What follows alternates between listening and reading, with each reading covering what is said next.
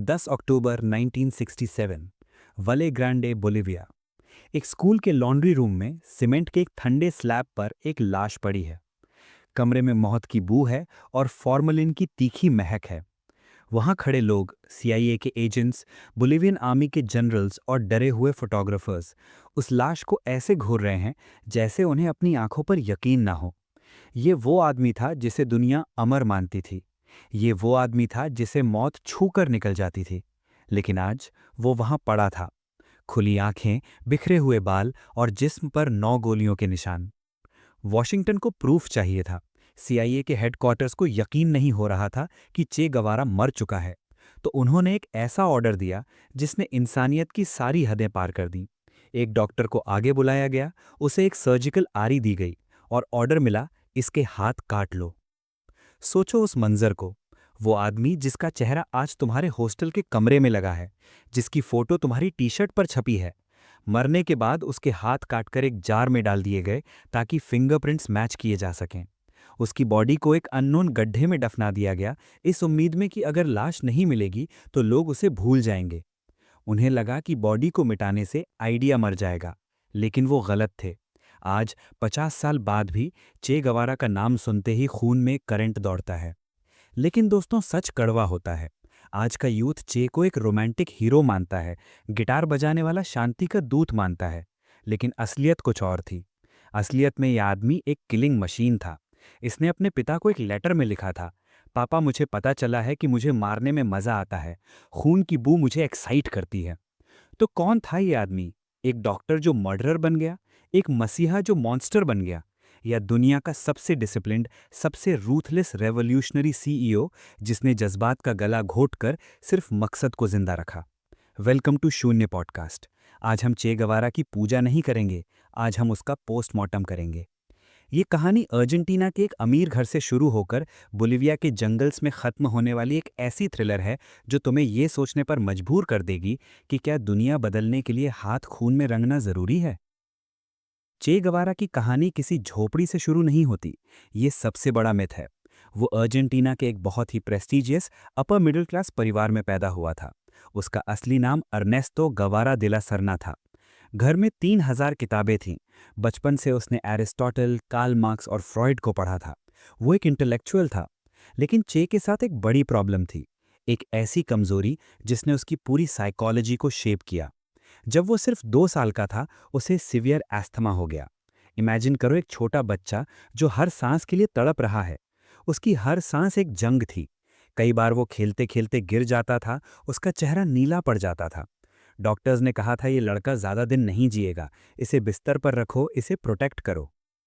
लेकिन यहाँ हमें चे का पहला लेसन मिलता है जो हर इंडियन यूथ को सीखना चाहिए, एंटी फ्रेजिलिटी। जो चीज़ तुम्हें तोड़े नहीं, वो तुम्हें अनब्रेकेबल बना देती है। चे ने अपनी बीमारी को अपना एक्सक्यूज नहीं बनाया, अपना फ्यूल बनाया। जब दूसरे बच्चे आराम करते थे, चे फुटबॉल खेलता था, रग्बी खेलता था। जब उसकी सांस फूलती, वो मैदान के किनारे जाता, इन्हेलर लेता और वापस मैदान में आ जाता।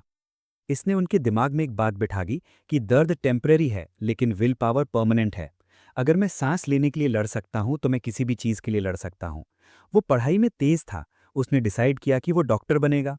वो चाहता तो एक आलीशान क्लिनिक खोलकर अच्छी शादी करके आराम की जिंदगी जी सकता था। उसके पास वो सब कुछ था जो आज हम सपने में देखते हैं, पैसा, स्टेटस, कंफर्ट। लेकिन किस्मत ने, या शायद उसके अंदर के रेस्टलेस जानवर ने, उसके लिए स्टेथोस्कोप नहीं, बंदूक चुनी थी। साल 1952। चे की उम्र 23 साल है। आजकल हम लोग लद्दाख ट्रिप का प्लान बनाते हैं ना, खुद को ढूंढने के लिए। चे ने भी वही किया। वो अपने दोस्त अल्बर्टो ग्रेनाडो के साथ एक पुरानी टूटी भूटी मोटरसाइकिल पर साउथ अमेरिका घूमने निकले। उस बाइक का नाम था ला पोदेरोसा, यानी the mighty one. Plan simple था, मस्ती करेंगे, दुनिया देखेंगे। वो अर्जेंटीना से निकले, चिले गए, पेरू गए। लेकिन इस रोड ट्रिप ने, इस सफर ने चे के अंदर के अर्नेस्टो को मार दिया और चे को पैदा किया। जब वो अर्जेंटीना के अमीरों के इलाके से निकलकर चिले के पहाड़ों में पहुंचे तो उन्हें असलियत दिखी। उन्होंने चुकीकामाटा कॉपर माइन देखी। ये माइन अमेरिकन कंपनीज चला रही थीं। वहां उन्होंने मजदूरों को देखा, भूखे प्यासे बीमार लोग जो जानवरों की तरह काम कर रहे थे।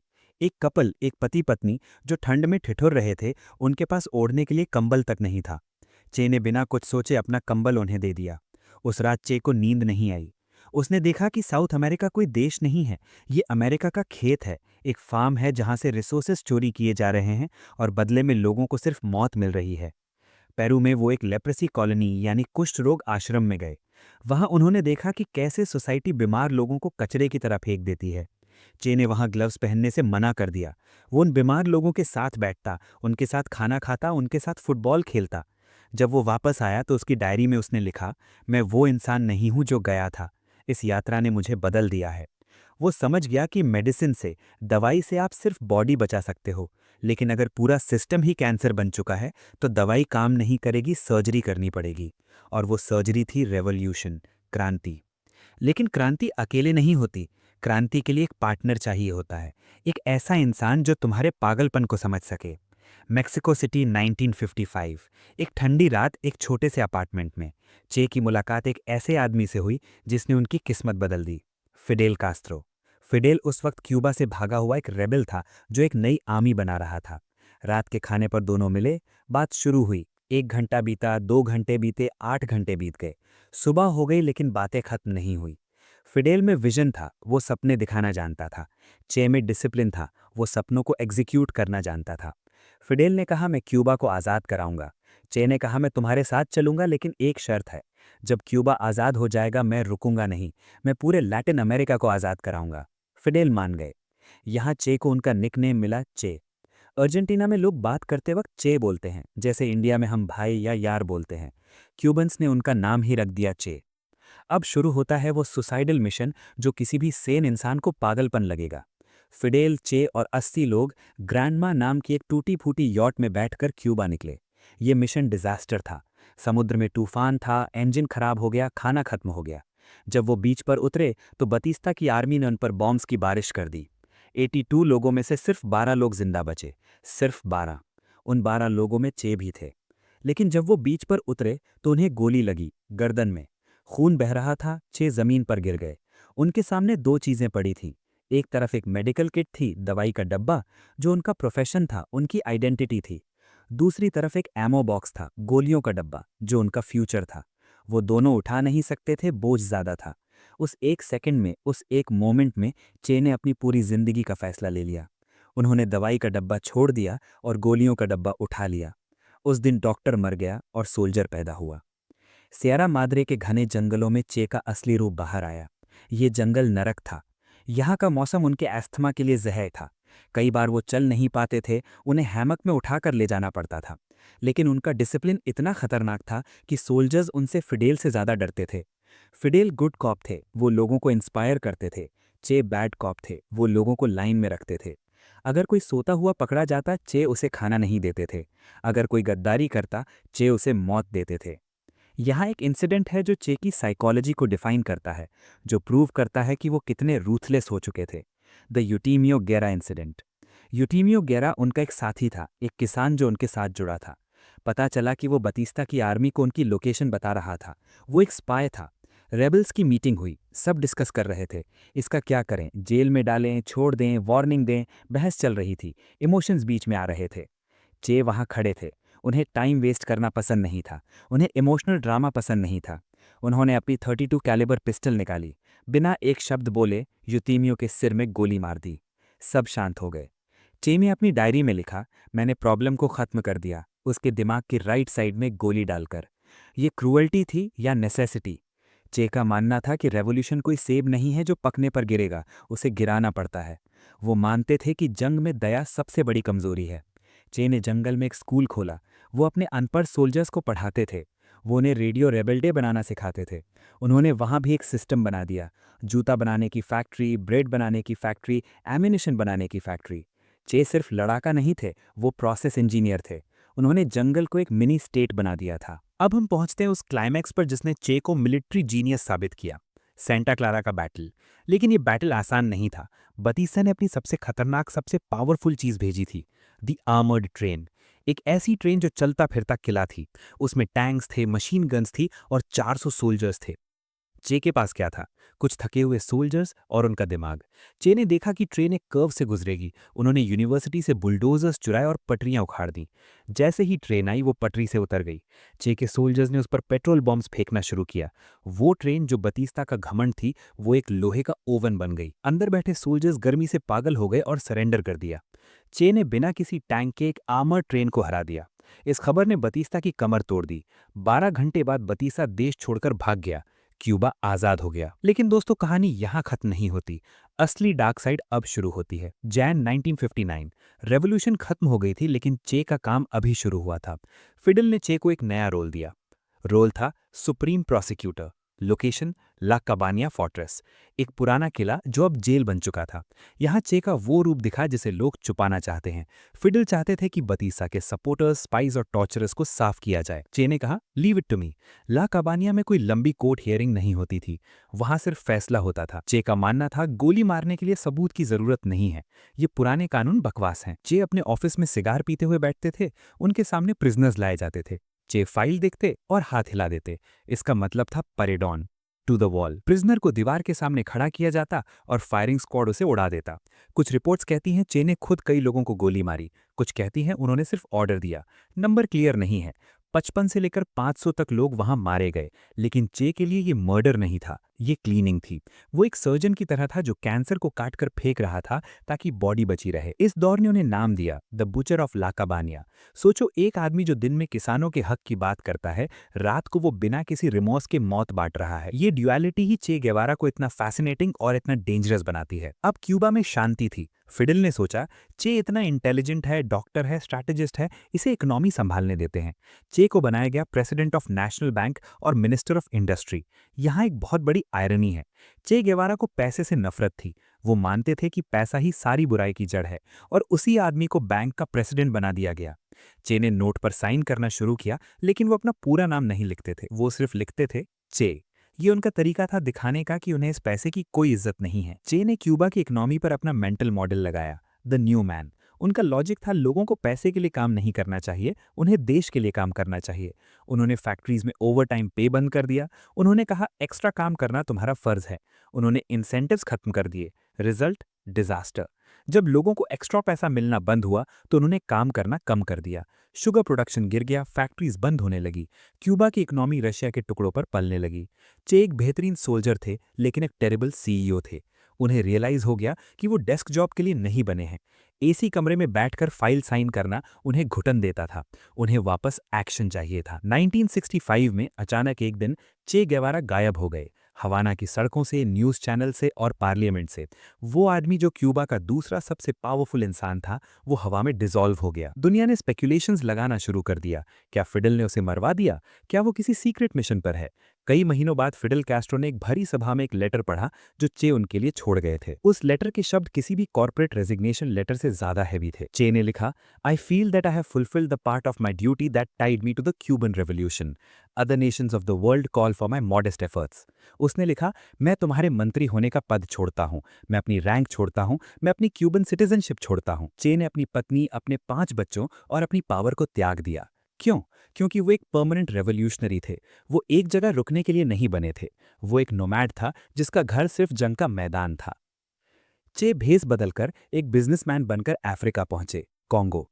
वहां उन्होंने रेवोल्यूशन करने की कोशिश की, लेकिन वो मिशन डिजास्टर साबित हुआ। वहां के रिबेल्स डिसिप्लिन नहीं थे, वो मैजिक और विचक्राफ्ट में मानते थे।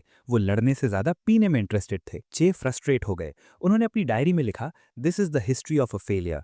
बीमार और टूटे हुए वो वापस छुपे हुए लोकेशंस पर आ गए, लेकिन उनका जुनून अभी शांत नहीं हुआ था। उन्होंने चुना अपना आखिरी मैदान, बोलिविया। चे का सपना था कि बोलिविया जो साउथ अमेरिका के दिल में है, वहां से क्रांति की आग शुरू होगी और अर्जेंटीना, चिली, पेरू तक फैल जाएगी। चे बोलिविया पहुंचे, लेकिन इस बार वो चे नहीं थे। उन्होंने अपने बाल मुंडवा लिए थे, वो गंजे थे। उन्होंने मोटे चश्मे पहने थे। उन्होंने अपने दांत खराब कर लिए थे ताकि वो अलग दिखें। कोई भी उन्हें पहचान नहीं सकता था। लेकिन बोलिविया उनका डेथ ट्रैप बनने वाला था। यहाँ चे ने 3 ऐसी गलतियां की जो किसी भी स्टार्टअप फाउंडर या लीडर के लिए सबक हैं। पहली गलती, नो पेजेंट सपोर्ट। चे को लगा था कि बोलिविया के किसान उन्हें मसीहा की तरह वेलकम करेंगे, लेकिन किसान उन्हें शक की नजर से देखते थे। उन्हें लगा ये फॉरेनर कौन है जो हमें लेक्चर दे रहा है। किसान उनकी मदद करने के बजाय आर्मी को उनकी लोकेशन बता देते। दूसरी गलती, the CIA was watching. America पिछली बार की तरह सोता नहीं रहा। सीआईए ने बोलिविया की आर्मी को ट्रेन किया, सैटेलाइट्स यूज किए और चे को ट्रैक करने के लिए स्पेशल ग्रीन बेरीज भेजे। तीसरी गलती, ज्योग्राफी। बोलिविया का जंगल क्यूबा जैसा नहीं था।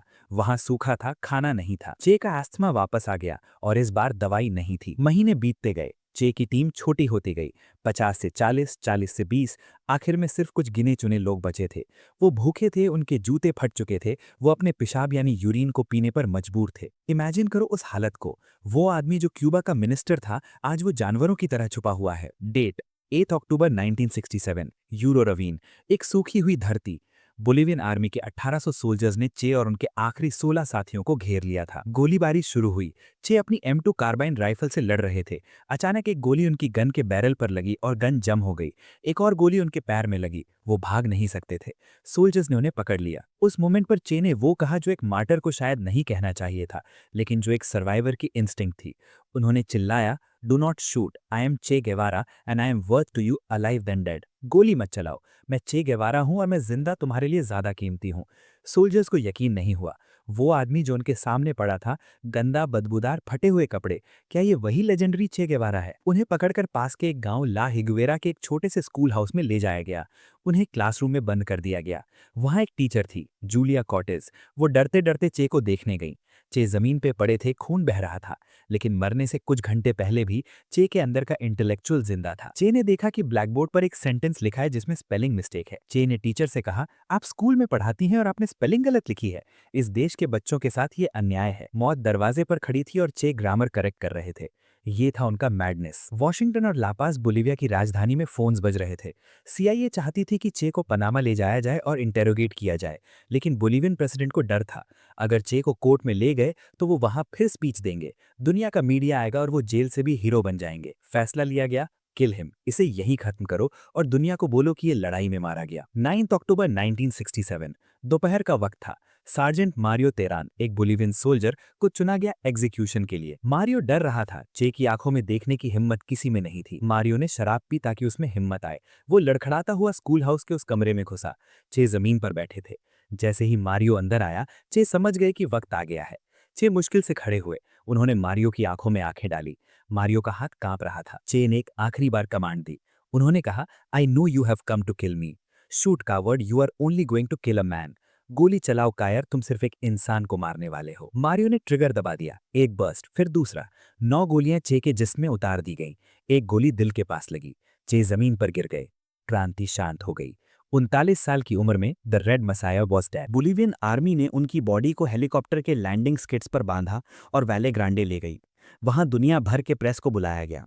उनकी बॉडी को एक सीमेंट स्लैब पर रखा गया। उनकी आंखें खुली थी। उनके चेहरे पर एक अजीब सी शांति थी। वहां मौजूद नन्स और औरतों ने कहा कि वो जीसस क्राइस्ट जैसे दिख रहे थे। ये फोटो पूरी दुनिया में फैल गई। लेकिन कहानी का सबसे बड़ा ट्विस्ट अभी बाकी था। आर्मी को डर था कि अगर उन्होंने चे को कहीं दफना दिया तो वो जगह एक मंदिर बन जाएगी। लोग वहां पिलग्रिमेज करने आएंगे। इसलिए उन्होंने चे के हाथ काटे, उन्हें जार में रखा और बॉडी को एक अननोन लोकेशन पर बुलडोजर से दफना दिया। 30 साल तक किसी को नहीं पता था कि चे कहाँ दफनाए गए हैं। 1997 में एक रिटायर्ड बोलिवियन जनरल ने नशे में कन्फाइड किया कि बॉडी कहाँ है। एक्सकवेशन हुआ, हड्डियां मिली, डीएनए टेस्ट हुआ, वो चे ही थे। उनकी हड्डियों को क्यूबा वापस भेजा गया और सेंटा क्लारा में, वही शहर जहां उन्होंने ट्रेन डीरेल की थी, वहां दफनाया गया। लेकिन चे की मौत के बाद एक ऐसी चीज हुई जो शायद चे को सबसे ज्यादा नफरत दिलाती। उनकी मौत के बाद उनकी एक फोटो वायरल हुई। गेरिलेरो हिरोइको नाम की वो फोटो जिसमें चे बैरे पहने हैं और दूर होराइजन में देख रहे हैं। ये फोटो दुनिया की मोस्ट रिप्रोड्यूस्ड इमेज बन गई। T shirts, coffee mugs, posters, bikini, vodka bottles, यहाँ तक कि आईफोन केसेस पर भी चे का चेहरा आ गया। आयरनी देखिए, चे गुवेरा जो कैपिटलिज्म यानी पूंजीवाद के सबसे बड़े दुश्मन थे, जो कंज्यूमरिज्म से नफरत करते थे, आज कैपिटलिज्म उन्हीं की शक्ल बेचकर करोड़ों कमा रहा है। एक टीनेजर जो स्टारबक्स में बैठकर $5 की कॉफी पी रहा है और आईफोन चला रहा है, उसने चे की टी शर्ट पहनी है। शायद चे अपनी कब्र में हंस रहे होंगे या शायद रो रहे होंगे। तो दोस्तों, अब सवाल ये उठता है और ये सवाल तुम्हारे दिमाग में जरूर आना चाहिए कि आखिर चे गुवेरा कौन था? क्या वो एक हीरो था जिसकी फोटो हमें वर्शिप करनी चाहिए, या वो एक विलन था जिसके नाम से हमें नफरत करनी चाहिए? सच बताऊं, वो दोनों था। और यही बात उसे हिस्ट्री का सबसे कॉम्प्लेक्स कैरेक्टर बनाती है। अगर तुम उसके हाथों के खून को देखोगे तो वो तुम्हें एक मॉन्स्टर दिखेगा जिसने ला कबानिया में बिना किसी रिमॉर्स के लोगों को गोली मारी। लेकिन अगर तुम उसके त्याग, उसके सैक्रिफाइस को देखोगे तो वो तुम्हें एक संत दिखेगा जिसने दूसरों के लिए अपनी आलिशान जिंदगी कुर्बान कर दी। आज के इंडियन यूथ के लिए जो करियर, पैसा और कंफर्ट के पीछे भाग रहा है, चे की कहानी एक मिरर है, एक आईना है। सोचो जरा, आजकल के लीडर्स कैसे होते हैं? वो एसी कमरों में बैठकर ऑर्डर देते हैं, वो खुद कभी रिस्क नहीं लेते। लेकिन चे अलग था, और यही वजह है कि आज भी लोग उसकी इज्जत करते हैं, चाहे वो उसकी पॉलिटिक्स से नफरत क्यों ना करें।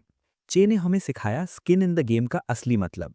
जब वो क्यूबा का इंडस्ट्री मिनिस्टर था, वो आराम से सिगार पीते हुए मीटिंग्स अटेंड करके पूरी जिंदगी निकाल सकता था। उसके पास पावर थी, स्टेटस था, पैसा था। लेकिन उसने वो सब कुछ एक झटके में छोड़ दिया। क्यों? क्योंकि उसे लगा कि वो कंफर्ट जोन में सड़ रहा है। उसे लगा कि अगर वो खुद मैदान में नहीं उतरेगा तो वो हिपोक्रेट बन जाएगा। ये लेसन तुम्हारे लिए है। अगर तुम किसी स्टार्टअप का सपना देखते हो या किसी कॉज के लिए लड़ना चाहते हो, तो क्या तुम अपना कंफर्ट छोड़ने के लिए तैयार हो? लीडर वो नहीं होता जो पीछे खड़ा होकर चिल्लाता है आगे बढ़ो। लीडर वो होता है जो सबसे आगे खड़ा होकर कहता है मेरे पीछे आओ। चे गुवेरा ने बोलीविया के जंगल में भूखे प्यासे मरकर यह साबित किया कि वो हिपोक्रेट नहीं था। लेकिन दोस्तों, हर सिक्के के दो पहलू होते हैं। चे की ताकत ही उसकी सबसे बड़ी कमजोरी थी, उसका फैनेटिसिज्म यानी कट्टरता। चे मानता था कि एंड गोल के लिए कोई भी कीमत चुकाई जा सकती है। द न्यू मैन थ्योरी जो उसने क्यूबा में लगाई वो एक डिजास्टर थी।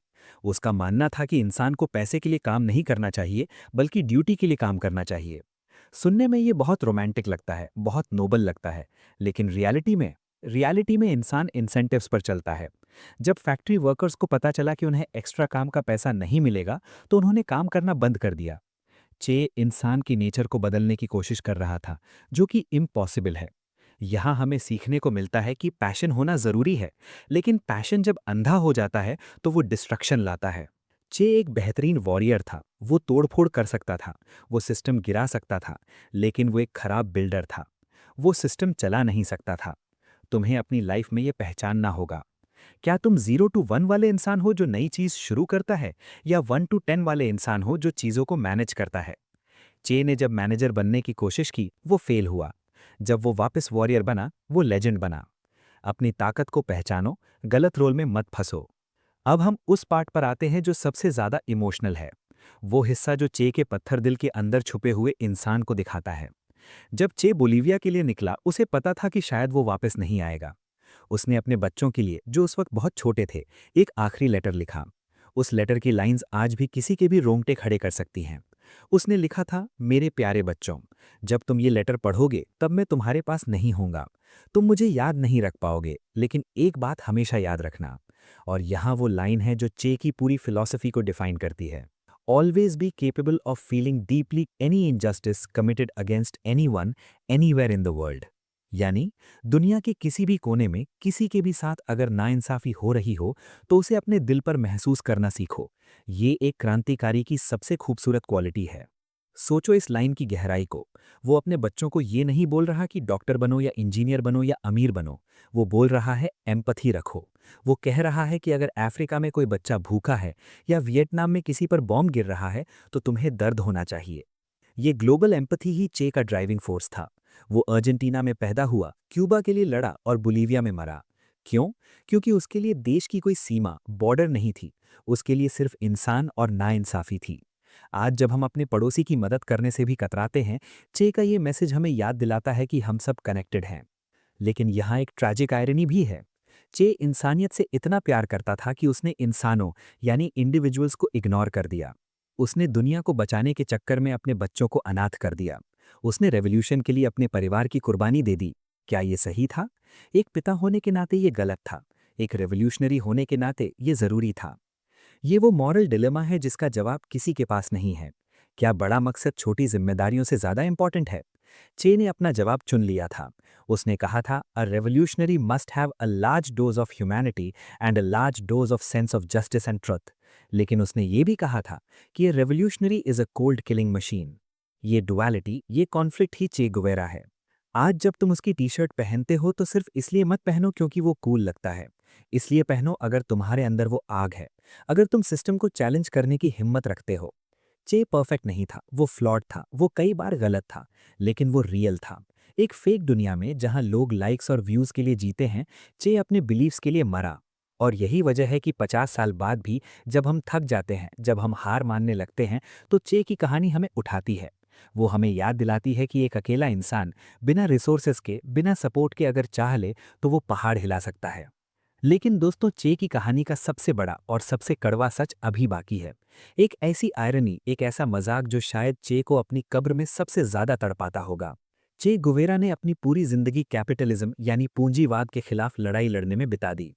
उसने कंज्यूमरिज्म से नफरत की, उसने लग्जरी से नफरत की। लेकिन आज आज वही कैपिटलिज्म, वही ब्रांड्स चे के चेहरे को बेचकर करोड़ों कमा रहे हैं। एल्बर्टो कोडा ने जो फोटो खींची थी, वो फोटो जिसमें चे बेरे पहने हुए हैं और दूर होराइजन में गुस्से से देख रहे हैं, आज दुनिया की मोस्ट रिप्रोड्यूस्ड इमेज बन चुकी है। जरा सोचो, एक टीनेजर जो स्टारबक्स में बैठकर $5 की कॉफी पी रहा है, जिसके हाथ में एप्पल का महंगा फोन है, उसने चे गेवारा की टी शर्ट पहनी है। वो टी शर्ट जो किसी फैक्ट्री में गरीब मजदूरों ने बनाई है और किसी बड़ी मल्टीनेशनल कंपनी ने बेची है। जिस सिस्टम को तोड़ने के लिए चे मरा, आज वही सिस्टम चे को एक प्रोडक्ट बनाकर बेच रहा है। चे अब एक रेवोल्यूशनरी नहीं रहा, वो एक लोगो बन गया है, एक कूल फैशन स्टेटमेंट बन गया है। शायद यही हिस्ट्री का सबसे बड़ा बदलाव है। चे ने सिस्टम को मारना चाहा, सिस्टम ने चे को निगल लिया और उसे अपना पोस्टर बॉय बना दिया। तो आखिर में आज का इंडियन यूथ चे गेवारा की लाइफ से क्या सीख सकता है? हम बंदूक उठाकर जंगल में नहीं जा सकते और ना ही हमें जाना चाहिए। लेकिन चे की लाइफ के मेंटल मॉडल्स हमारे करियर, हमारे सपनों और हमारी लाइफ को बदल सकते हैं। यहाँ 3 सबसे पावरफुल लेसन्स हैं जो तुम्हें आज रात सोने से पहले अपने दिमाग में बैठा लेने चाहिए। Lesson number 1, anti fragility. अपनी कमजोरी को हथियार बनाओ। चे को एस्थमा था, वो सांस लेने के लिए तड़पता था। एक आम इंसान होता तो विक्टिम बन जाता, रोता रहता कि भगवान ने मेरे साथ बुरा किया। लेकिन चे ने उस दर्द को अपना फ्यूल बनाया। उसने कहा, अगर मैं इस दर्द को झेल सकता हूं तो मैं दुनिया की किसी भी ताकत को झेल सकता हूं। आज तुम्हारी लाइफ में भी प्रॉब्लम्स होंगी, शायद पैसे की कमी, शायद इंग्लिश नहीं आती, शायद बैकग्राउंड वीक है। चे हमें सिखाता है कि कंप्लेन करना बंद करो, अपनी कमजोरी को छुपाओ मत, उसे इतना पुश करो कि वो तुम्हारी ताकत बन जाए। दर्द टेम्पररी है, लेकिन उस दर्द से मिली हुई स्ट्रेंथ परमानेंट है। Lesson number 2, action over words. बोलने से ज्यादा करने में विश्वास रखो। आजकल हम सब सोशल मीडिया रेवोल्यूशनरीज हैं। ट्विटर पर ट्रेंड चलाना आसान है, इंस्टाग्राम पर स्टोरी डालना आसान है।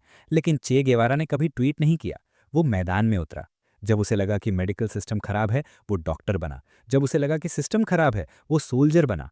वो आर्मचेयर एक्टिविस्ट नहीं था, वो डूअर था। अगर तुम्हें स्टार्टअप खोलना है तो बातें मत करो, शुरू करो। अगर तुम्हें चेंज लाना है तो कंप्लेन मत करो, काम करो। दुनिया उन्हें याद नहीं रखती जो शोर मचाते हैं, दुनिया उन्हें याद रखती है जो करके दिखाते हैं। Lesson number 3, the power of conviction. पागलपन की हद तक यकीन। चे गलत हो सकता है, उसके मेथड्स गलत हो सकते हैं, लेकिन वो कंफ्यूज नहीं था। आज की जनरेशन सबसे ज्यादा कंफ्यूज्ड है। हमें ये भी चाहिए, वो भी चाहिए। चे का फोकस लेजर की तरह शार्प था। उसे पता था उसे क्या चाहिए और वो उसके लिए मरने को तैयार था। स्टीव जॉब्स ने कहा था, people with passion can change the world. चे ने वो करके दिखाया। अगर तुम्हारे अंदर किसी चीज को लेकर कन्विक्शन है, चाहे वो तुम्हारा पैशन हो, तुम्हारा प्यार हो या तुम्हारा सपना हो, तो दुनिया की कोई ताकत तुम्हें रोक नहीं सकती। लोग तुम्हें पागल कहेंगे, जैसे चे को कहते थे, लेकिन याद रखना, हिस्ट्री पागल लोग ही लिखते हैं, समझदार लोग तो सिर्फ उसे पढ़ते हैं। चे गेवारा कोई भगवान नहीं था, वो एक इंसान था। एक ऐसा इंसान जिसने अपनी लिमिट से ज्यादा करने की कोशिश की। वो एक ऐसी आग थी जो इतनी तेज जली कि जल्दी बुझ गई, लेकिन उसकी राख आज भी गर्म है। जब बोलीवियन सोल्जर मारियो तिरानो से मारने आया तो चे ने अपनी आखिरी सांस में कहा था, shoot coward, you are only going to kill a man. गोली चलाओ कायर, तुम सिर्फ एक शरीर को मारोगे। और वो सही था। उन्होंने चे के शरीर को मार दिया, उसके हाथ काट दिए, उसे दफना दिया। लेकिन उस आइडिया को नहीं मार पाए। वो आइडिया आज भी जिंदा है, हर उस इंसान में जो नाइंसाफी के खिलाफ खड़ा होने की हिम्मत रखता है। तो अगली बार जब तुम चे की फोटो देखो तो उसे सिर्फ एक टी शर्ट मत समझना, उसे एक रिमाइंडर समझना। एक रिमाइंडर कि तुम्हारे अंदर भी एक चे छुपा है, एक ऐसा इंसान जो कॉम्प्रोमाइज नहीं करता, एक ऐसा इंसान जो लड़ना जानता है। फैसला तुम्हें करना है। क्या तुम पूरी जिंदगी डर डर के एडजस्ट करके जीना चाहते हो, या तुम एक बार, सिर्फ एक बार अपनी शर्तों पर जीना चाहते हो? चे की कहानी हमें एक सवाल के साथ छोड़ जाती है। आप किस चीज के लिए जीने को तैयार हैं, और उससे भी जरूरी, आप किस चीज के लिए मरने को तैयार हैं? अगर इस वीडियो ने तुम्हारे अंदर की आग को थोड़ा सा भी हवा दी है, अगर तुम्हारे रोंगटे खड़े हुए हैं, तो इस चैनल शून्य पॉडकास्ट को सब्सक्राइब करना मत भूलना। क्योंकि हम यहाँ सिर्फ कहानियाँ नहीं सुनाते, हम यहाँ दिमाग के ढक्कन खोलते हैं। हमने देखा फिदेल को जो बच गया, हमने देखा चे को जो शहीद हुआ।